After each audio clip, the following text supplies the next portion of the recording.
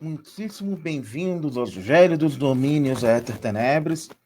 Esse é o primeiro vídeo do ano e também marca o início de uma colaboração desse canal com a UFAC, Universidade Federal do Acre. O Luiz Gustavo Almeida, professor Dr. Luiz Gustavo Almeida, é um dos idealizadores do canal, mas a partir de agora a gente passa a ter uma colaboração formal com um projeto de extensão da Universidade Federal do Acre. Então, esse é o primeiro. Esse vídeo marca um giro desse canal. É um vídeo que vai pertencer à lista dos livros de relatividade geral, leituras e notas em relatividade geral, mas é também um vídeo que vai subsidiar o início de um clube do livro sobre relatividade geral, que vai incorporar todos os livros que nós já começamos a resenhar, como o Gravitation e outros, sendo que nesse aqui nós vamos abordar nós vamos abrir bastante o leque de livros a serem resenhados. Pois bem, hoje, como eu disse, esse é o primeiro vídeo que vai subsidiar o Clube do Livro de Relatividade, que vai se reunir também de forma em live ainda agora no mês de fevereiro, provavelmente na primeira semana de fevereiro, para debater o primeiro capítulo de alguns livros, e hoje o primeiro livro a ser abordado vai ser o livro do Wald, um clássico livro de relatividade geral.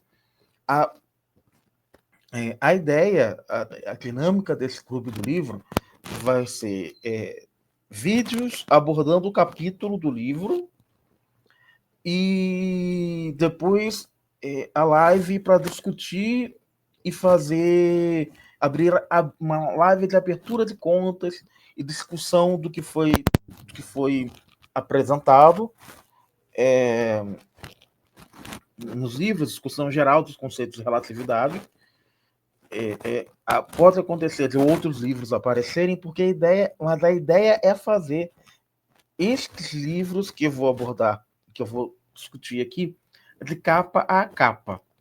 Então, os livros a serem feitos de capa a capa serão esses: o Wald, que está sendo aqui, o Gravitation Cosmology do Weinberg, o Carroll e o Space Time Matter, que já tem alguma coisa em andamento.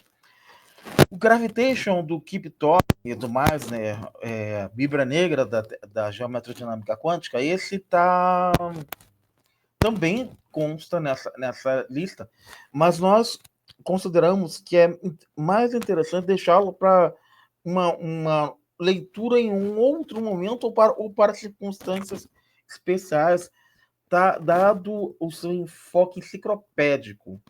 Né? Ele não é... Mesmo esses livros, ele não é um livro que tem um enfoque muito pedagógico. E a ideia, basicamente, são 3 livros. O Wald é um pouco mais abordado nas graduações. O Carroll, ele mas não é muito abordado nas graduações, não. Ele é um pouco... ele já transita para um nível um pouco mais intermediário. O Carroll é um livro realmente aí intermediário, que já não é um livro para um primeiro curso de relatividade geral, e certamente o Weinberg muito menos, até porque ele aborda a cosmologia, e para a cosmologia nós vamos ter sérios problemas, porque talvez seja a área da física que sofre mais mudanças, com reformulações de modelos cosmológicos. Então a gente vai abordar, quando chegarmos nesse capítulo de cosmologia, a gente vai abordar com textos mais atualizados. Mas e o Space Time Matter porque é o livro histórico, né? Pelo seu valor histórico. Então, são abordagens completamente diferentes e que nós vamos discutir ao longo dos vídeos dessa resenha, que no futuro podem e devem,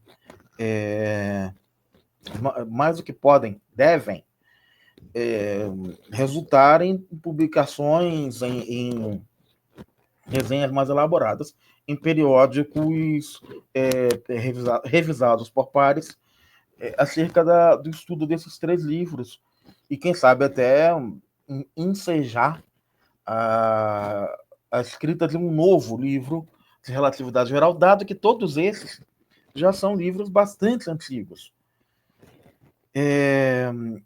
Pois bem, então, esses são os 4 livros, cada um deles vai ter a sua apresentação em particular. Temos agora aqui a apresentação do Wald. Robert Wald, esse senhor aí, ele se apresenta da seguinte forma na página dele, né? Minha pesquisa tem se preocupado com uma ampla gama de tópicos em relatividade geral clássica, cosmologia e fenômenos quânticos relacionados à gravidade.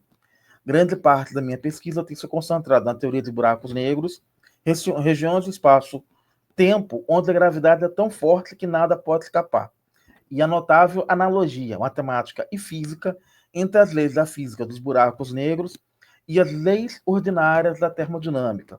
Em particular, o fato que buracos negros irradiam como corpos negros perfeitos. E isso é consequência dos efeitos de criação de partículas quânticas.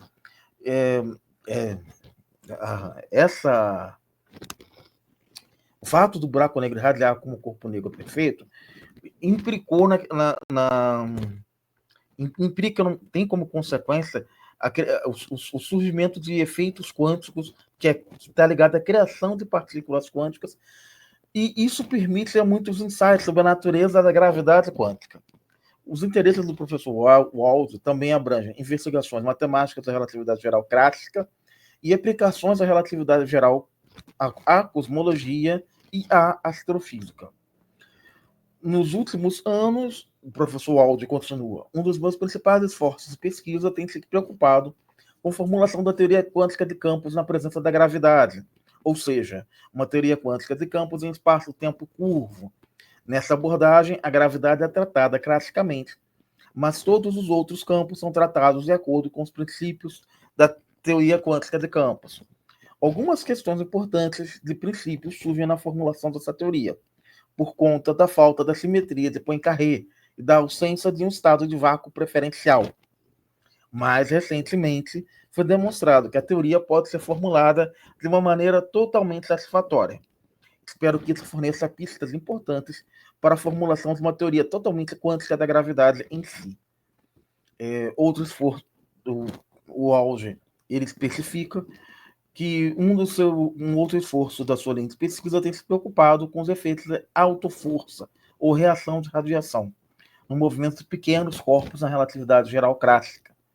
Esses efeitos devem ser totalmente compreendidos para prever a radiação gravitacional medida por, digamos, um buraco negro pequeno, enquanto ele espirala em um grande buraco negro.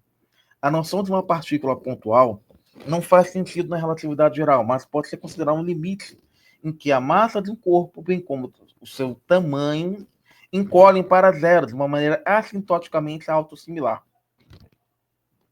Os efeitos da autoforça podem então ser rigorosamente derivados como uma correção perturbativa ao movimento geodésico e esquemas autoconsistentes para determinar o movimento e a radiação podem então ser desenvolvidos. Bem, o professor Wald estabelece um outro esforço que ele faz na linha de pesquisa principal dele, que é a análise dos efeitos de inhomogeneidade em pequena escala na relatividade geral clássica, como é necessário para aplicações em cosmologia. Uma nova estrutura perturbativa foi desenvolvida que permite que efeitos não lineares sejam importantes em pequena escala. Essa estrutura foi usada para mostrar que inhomogeneidades de pequena escala não podem produzir expansão acelerada do universo, como foi sugerida por outros autores. Então, Essa é a linha de investigação do professor Waldi. Ele escreve isso em 1984. Muitas dessas linhas de investigações já foram bastante modificadas, inclusive hoje nós temos a reprodução de buracos negros em laboratório usando análogos gravitacionais, né? Inclusive, já foi demonstrado com a participação de pesquisadores aqui da Unifesp, da Unesp, na verdade, a radiação Hawking em um vórtex de água. Então, temos aqui alguns trabalhos do professor Waldi, tem esse livro, logo depois vem Campos Quânticos no Espaço Curvo e Termodinâmica de Buracos Negros, que é certamente um candidato a ser resenhado aqui, no ano que vem, eventualmente. O professor Waldi fez um trabalho também revisando buracos negros na Living Arranged Relativity, em 2001. Depois tem aqui um outro trabalho na Common Mathematical Physics, de 2010, que está no Archives, esse trabalho. E tem uma derivação rigorosa da força gravitacional, que uma nova estrutura para analisar os efeitos de inhomogeneidades de pequena escala. Então, que é de 2010 também. Esses trabalhos estão relacionados a tudo isso que ele comentou e são de interesse de pesquisa desse pesquisador. Bem, esse é o trabalho que o Waldi, ele fala. O primeiro aqui é esse livro.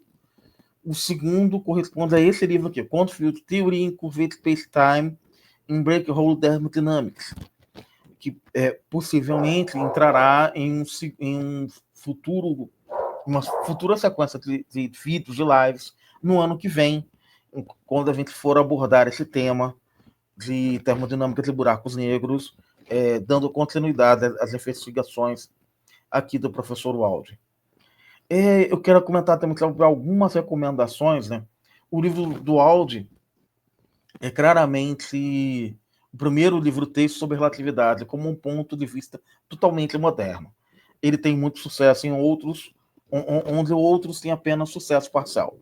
O livro inclui discussões completas de muitos problemas de interesse atual, que não são tratados em nenhum livro existente. E todos esses assuntos são considerados como percepção e compreensão. Foi o Chandra Shekhar quem deu essas aspas aqui para o livro do áudio. O Chandra Shekhar é o primeiro cara a compreender as reações termonucleares que acontecem no interior das estrelas.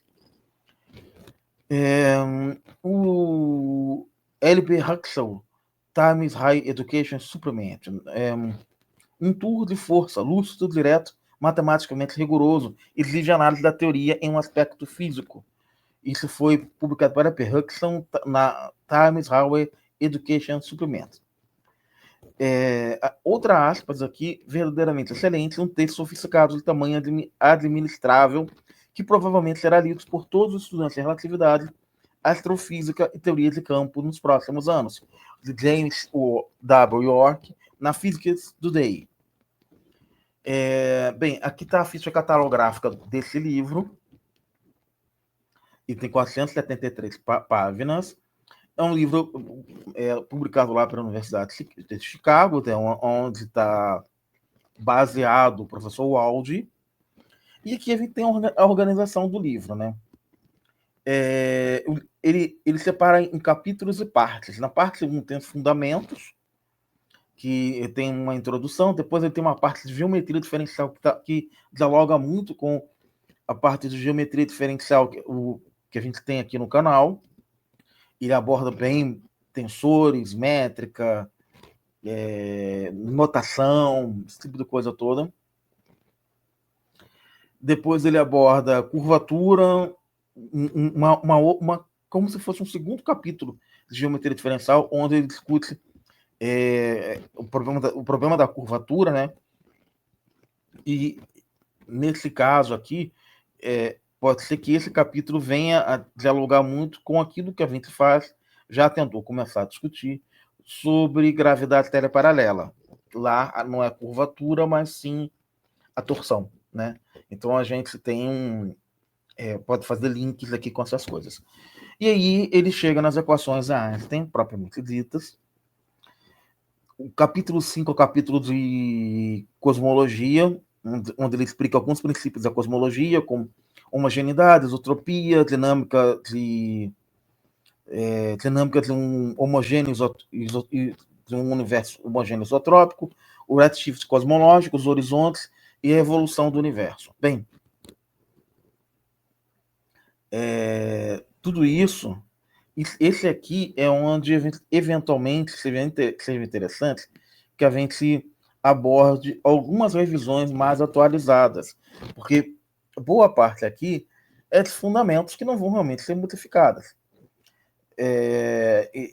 Também tem que essa parte de gravidade linearizada, limite newtoniano e a radiação, aqui onde aparecem ondas gravitacionais. Então, também elas foram detectadas recentemente, nós provavelmente teremos que fazer alguma adaptação nesse setor. A seguir, tem a parte 2. Acho que eu pulei alguma coisa, peraí. Sim. Ainda vem a solução do Schwarzschild, né? Ele encerra essa primeira parte com a solução do Schwarzschild. Isso aqui tudo é básico, que é a solução mais simples de buracos negros, e, se não me engano, historicamente, é a primeira solução para a equação do campo de Einstein. Então,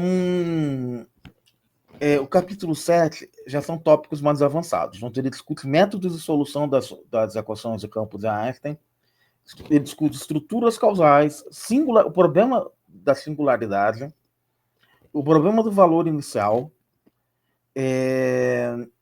o universo assintoticamente chato, e aí ele aborda buracos negros, a conjectura da censura cósmica, depois ele aborda spinores, e aí ele faz uma breve discussão sobre efeitos quânticos, um capítulo sobre isso. Então, esse livro é dividido em parte 1 e parte 2, que são parte 1,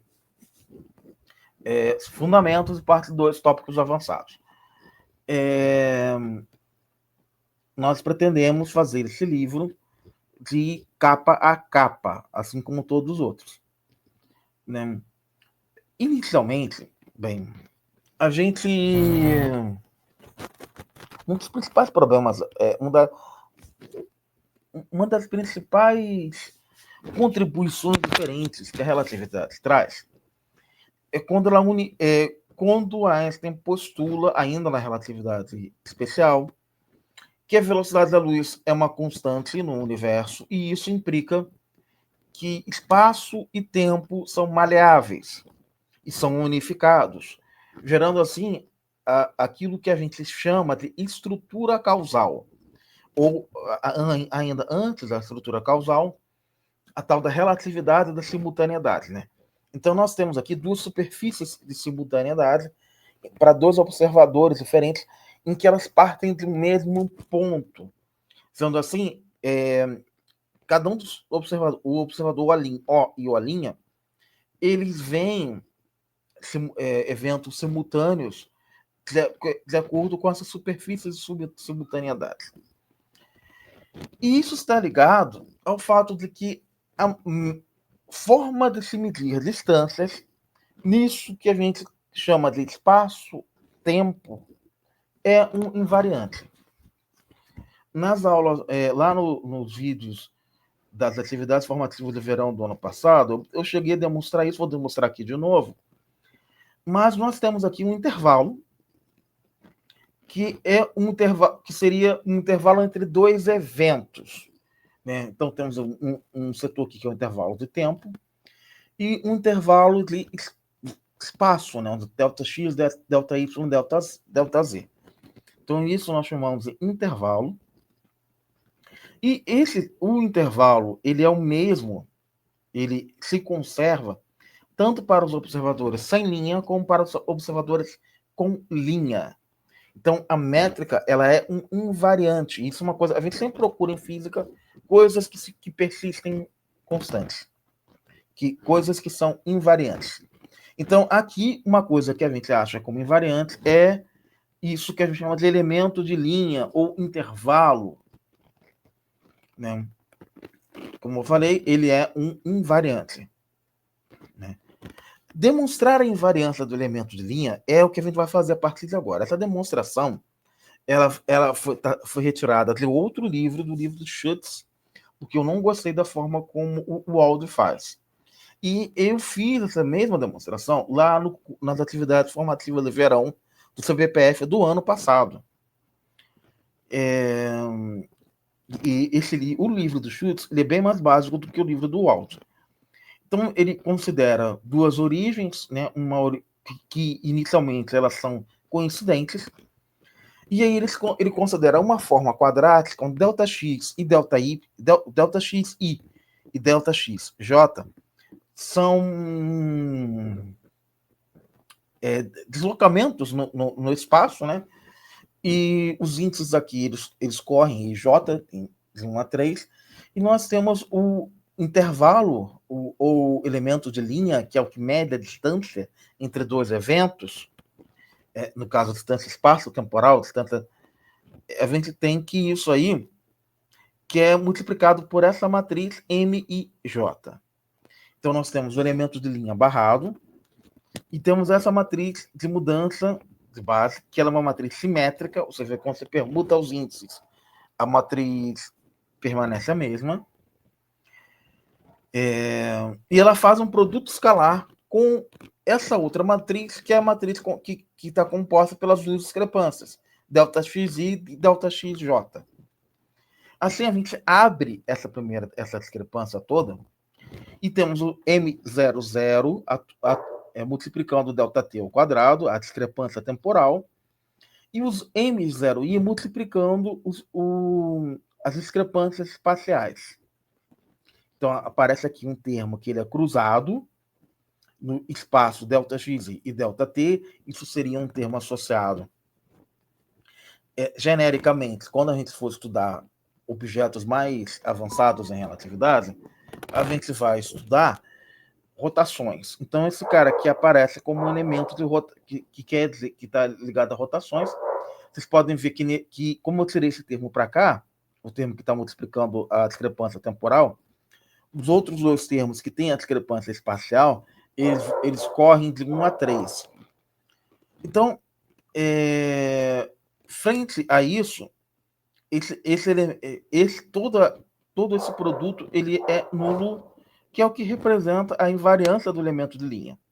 Então, nós temos que ΔXi vai em menos ΔXi, e que isso é a manutenção de uma simetria, como eu tinha dito antes. Né? Bem, e isso acontecendo, elimina o termo cruzado. Está aqui a eliminação do termo cruzado, né? Esse termo que tem elementos temporais e elementos espaciais. Então, essa simetria de inversão espacial, ela elimina o termo cruzado, porque quando você tem rotação, o elemento, essa simetria se quebra. Então, nós podemos escrever o elemento de linha dessa forma, né, onde essa matriz, na verdade, representa as transformações cinemáticas, como se fossem transformações conformes. Então, nós temos um campo que, atuando no elemento de linha sem barra, nos leva ao elemento de linha com barra. E o mesmo campo, atuando mais uma vez, nos leva do elemento de linha com barra para o elemento de linha com duas barras. Assim, a gente tem que observadores O coincidem com o observador O duas barras. Portanto, o campo φ ele só pode ter valores mais ou menos 1, porque quando você aplica o φ duas vezes, você volta para o primeiro elemento de linha. É uma aplicação idempotente, né?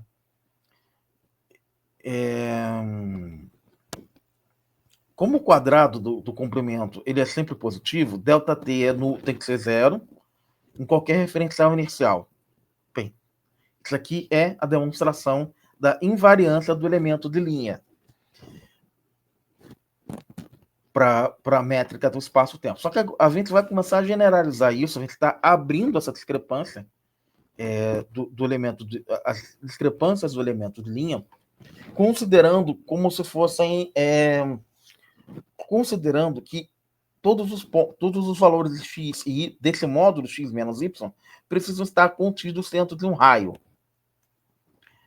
Então, e aqui é para o que a gente está tentando definir agora é que no espaço-tempo nós temos um ponto, que seria um evento, e uma vizinhança a esse evento. Então, a gente vai classificar essa vizinhança da seguinte forma, seguindo lá os conceitos da geometria diferencial. Se P pertence a uma variedade, assim nós temos que o alfa, isso é, o conjunto alfa sobre a variedade M, para cada alfa, existe uma correspondência 1 para 1 em um mapa que vai de O alfa numa carta O alfa, no mesmo conceito aqui de geometria diferencial, onde o alfa é um espaço, um subconjunto aberto dos RNs. Se qualquer dois conjuntos, O alfa e o O beta, overlapados, né? Que fica feio esse termo. Esses um sobre o outro, sobrepostos, eles têm uma interseção diferente do vazio. Isso denota que os conjuntos são diferentes do vazio. Nós consideramos que o mapa O alfa que vai na carta o alfa é um mapa composto psi alfa menos 1 psi beta, onde esse sinalzinho aqui denota a composição de funções.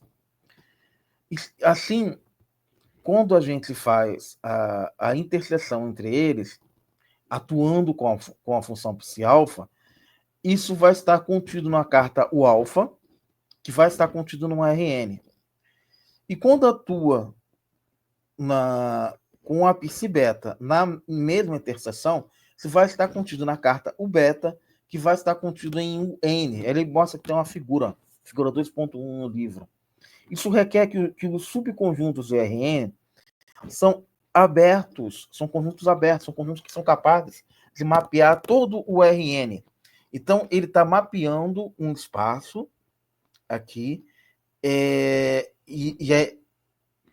essas funções elas são infinitamente deriváveis, ou seja, elas são contínuas, são também chamadas de funções C infinito. Então, eu tenho que essa região do espaço, eu estou garantindo aqui, por critérios da geometria diferencial, que lá na parte de geometria diferencial a gente discute, que eu tenho um espaço-tempo que ele é contínuo, que você consegue definir planos tangentes a ele sem problemas.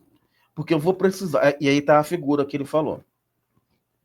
Eu vou precisar, daqui a pouco, como eu vou falar de espaços curvos, eu vou precisar, daqui a pouco, definir planos tangentes e definir a propagação desse plano tangente ao longo de uma linha.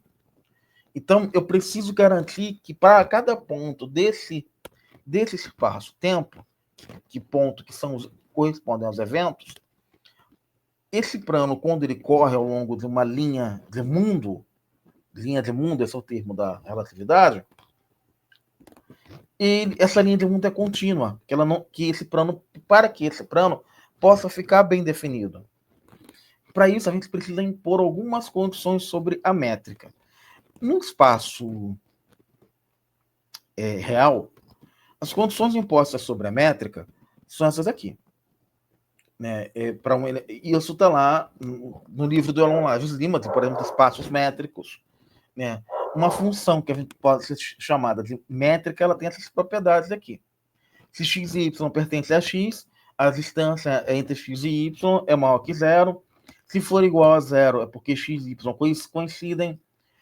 A distância de x para y tem que ser igual à distância de y para x.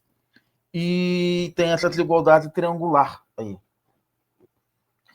Bem, e aqui ele fala de bola aberta, que é justamente isso que eu estava estabelecendo quando eu comecei a definir todas essas cartas.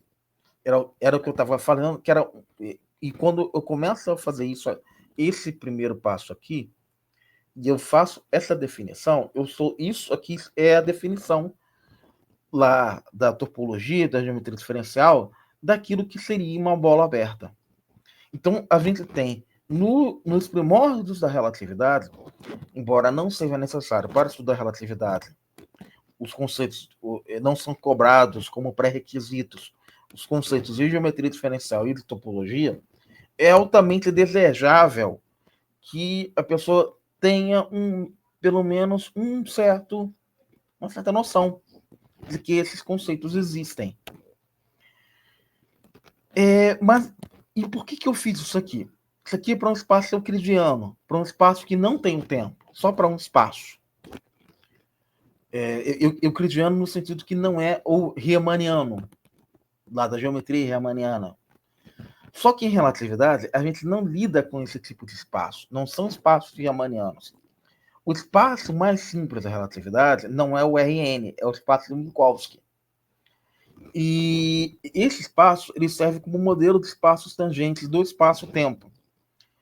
Ele é um mapa lorentziano. Aí eu posso definir um mapa lorentziano, que é um endomorfismo de V em V que preserva a métrica para quaisquer vetores V e W pertencentes ao espaço tangente. Lá nos conceitos, ou seja, a gente tem que um espaço de Minkowski é um par VG, que é um espaço vetorial orientado, temporalmente orientado, em que ele tem um espaço vetorial, né, e uma métrica. Então, a métrica é uma relação dentro do próprio espaço vetorial, dentro do próprio espaço tangente, uma relação dele com ele mesmo. Por isso, um endomorfismo. Por isso esse termo endomorfismo, que é um termo da matemática. Morfismo matemático significa relações entre espaços. Se você tem um espaço seu consigo mesmo, é um endomorfismo. Espaço interno, né? Ou seja, com uma métrica relaciona a dois pontos do mesmo espaço, então isso é um endomorfismo. Acho que assim fica mais fácil.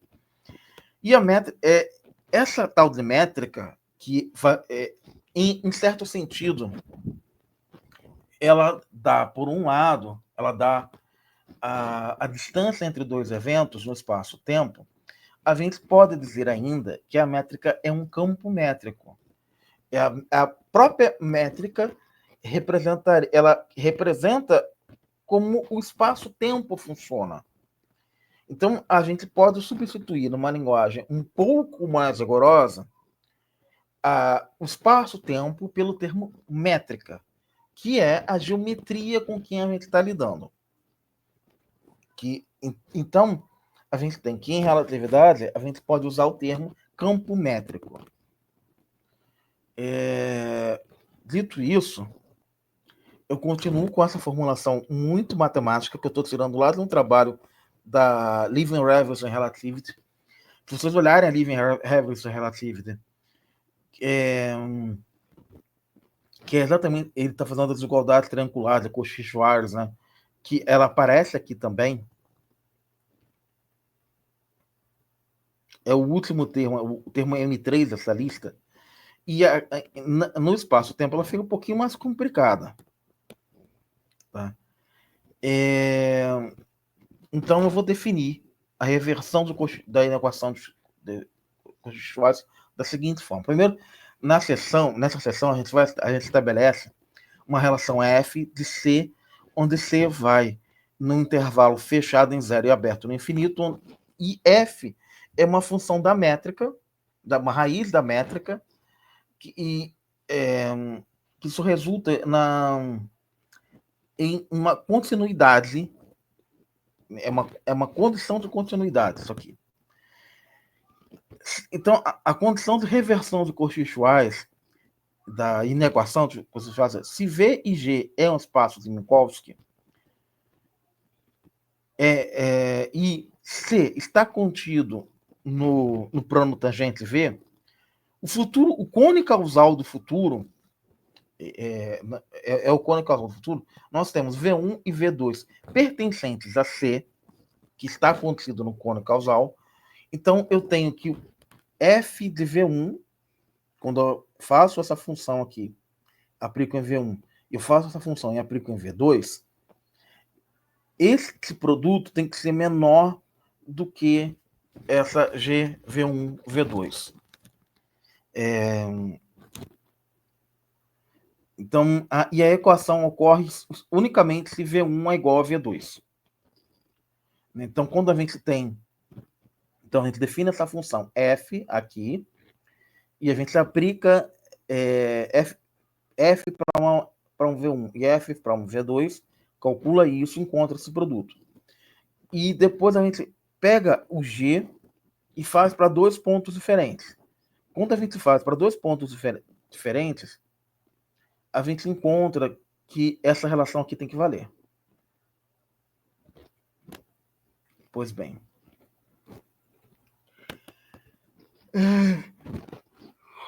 Desculpa. Então, a igualdade ela pode acontecer para V2 i igual a zero. Se para todo i maior que 1, nós temos unicamente V2 é proporcional a V1. Então, a inequação de V1 sendo tipo luz, ou seja, esse vetor V1, ele é um vetor que tem como módulo a velocidade da luz. Tudo bem, nós temos a continuidade. E assim nós provamos que V1 e V2 são proporcionais se eles estão proporcionais, se eles estão sob esse valor. O módulo deles são vetor que ligam todos os eventos, né? É tipo luz, ou seja, o comprimento deles é o comprimento do... tem o mesmo valor da velocidade da luz. Assim, a gente escolhe coordenadas canônicas, né, em que V1 A é 0, mas é 1 para 1A maior que 0. E G, V1, V2 tem que ser 0. Então, V2... então, nós temos que esses dois caras são iguais se V2 é tipo luz. Para qualquer cara com tridimensionalidade maior que 2, a gente tem que V2 tem que ser proporcional a V1.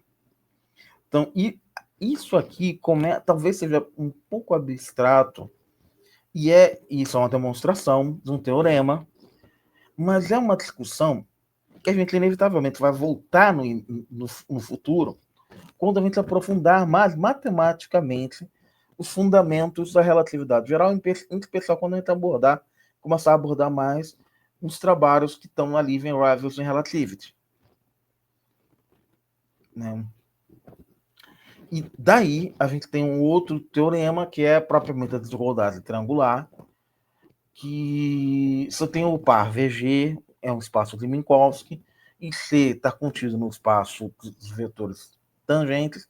O cone de futuro causal, V1, V2 pertence, para todo V1, V2 pertencente a C, nós temos essa desigualdade aí, que se e unicamente se V1 e V2 são proporcionais. Né? Beleza. E aí nós temos a prova, que essa prova eu não vou explicá-la mais detalhadamente, porque ela reúne os dois raciocínios que eu fiz anteriormente. E talvez não seja tanto o objetivo ainda desse vídeo, talvez na live, se alguém perguntar, a gente esmiúce um pouquinho mais isso aqui. Mas acredito que a maioria dos estudantes de física, mesmo em nível de pós-graduação, ainda não tem tanta maturidade para compreender isso aqui. Mas, como eu tenho um interesse muito grande de que matemáticos vejam isso, eu botei isso aqui um pouco para chamar a atenção deles, assim, para atrair eles, para atrair o pessoal da matemática para essa discussão. Então, talvez seja uma coisa que eu deixe para explicar um pouco mais na live, ou que a gente aborde, ou debata um pouco mais na live, com um pouco mais de cuidado. Mas o que está sendo constituído aqui, ele faz uma composição de dois, né? V1 e V2 pertencem a C, e C é estritamente convexo. Então, ele está constituindo... Porque eu ainda não expliquei o que é esse tipo luz, né? Nos cursos aí, nos vídeos das atividades formativas de verão e tal, eu explico o que o que são vetores tipo luz, vetores tipo tempo e tudo mais. E aqui e nesse vídeo, eu acabei que ainda não expliquei isso. Então, eu acho que eu vou atropelar um pouco isso aqui, para poder, mais para frente, abordar essas demonstrações com um pouco mais de cuidado. Mas o que eu quero que fique compreendido disso aqui, nesse momento, ainda antes da discussão na live, caso essa discussão apareça, e caso ela não apareça, ela será abordada quando formos abordar a relatividade de um ponto de vista um pouco mais matemático, provavelmente em particular. Quando a gente for abordar geometrias variedades lorentzianas, que a relatividade ela introduz o problema da simultaneidade. Fisicamente é isso. E o problema da simultaneidade induz as chamadas estruturas causais. Então, se a distância entre dois eventos, obrigatoriamente, é menor que zero ou igual, para v diferente de zero, a distância entre esses dois caras, que são lá v pertencentes a v, né? V pertencente a vzão, tem que ser menor que zero, quando aí a gente pode ter v igual a zero, né? Ou seja, aqui é causal, ou seja, um evento pode ter sido causa do outro no limite, né? Ele pode ter sido causa do outro. Isso aqui é um caso particular da de cima, porque esse evento seria conectado por um tipo de vetor que seria um vetor chamado tipo luz, e esse vetor ele não seria ele teria um comprimento e estaria relacionado a um sinal que se propaga fisicamente com velocidade menor que a velocidade da luz. Quando é light-like, né, você tem que V tem que ser diferente de zero. Então, e isso, quando você pega lá os intervalos, o intervalo causal, o intervalo tipo light-like, ele implica que a discrepância temporal e a métrica da parte euclidiana do espaço-tempo, elas são iguais. Né? Tem esse setor aqui.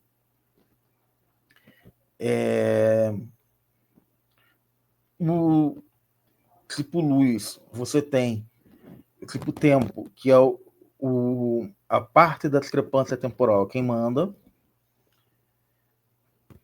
Né? E aqui inclui a parte da discrepância causal, inclui o tipo tempo e o time-like. Então, esses dois, segundo e terceiro aqui, estão inclusos no causal, que é o primeiro. E depois, aí nós temos o nulo, né? E o espaço-like, que aí é quando o evento não pode ter sido causado por outro. Então, eles não têm uma conexão causal. Não pode causar o evento passado, não pode ter causado o evento futuro, porque a distância entre eles é tão grande que a luz não conseguiria se propagar até lá em tempo para comunicar o acontecimento do evento passado. Logo, o evento futuro não foi causado por esse evento passado. Bem, tudo isso aqui serviu para que eu definisse e escrevesse que são vizinhanças no espaço-tempo. Ou seja, a gente pode abordar em um espaço-tempo o conceito de vizinhança no sentido de Hausdorff, no sentido lá da matemática. A gente pode pegar o conceito de vizinhanças da geometria riemanniana e transportar para cá sem maiores problemas, apesar dessa instituição da estrutura causal. Então, nós temos que o espaço-tempo ele é tal que a gente consegue sempre definir uma vizinhança para ele, em que a vizinhança é uma vizinhança disjunta, né? Ou seja, os dois pontos x e y, eu sempre vou conseguir achar a vizinhança de um que não inclua a vizinhança de outro. Bem, foi basicamente essa definição aqui, é basicamente o que eu acabei de falar. Isso está muito melhor explicado lá no Geometria e Topologia do Nakahara, que são chamados espaços de Hausdorff, em que ele usa toda a linguagem e todo o arsenal teórico da geometria diferencial para explicar o que são esses espaços de Hausdorff. Ele define o espaço topológico, define carta coordenada, que é basicamente, ou seja, essa parte aqui está sendo muito mais parecida com um debate sobre geometria diferencial, que a gente já vinha fazendo lá na discussão de geometria riemanniana, do que física propriamente, sendo que a diferença aqui é que a gente introduz a estrutura causal, que é típica dos espaços, típica das geometrias pseudo-riemannianas, ou seja, é uma estrutura matemática um pouco mais complicada, e, bem, que a gente começa a abordar. Muita gente prefere abordar esse livro já do segundo capítulo. A filosofia aqui é diferente. É abordar as coisas de capa a capa.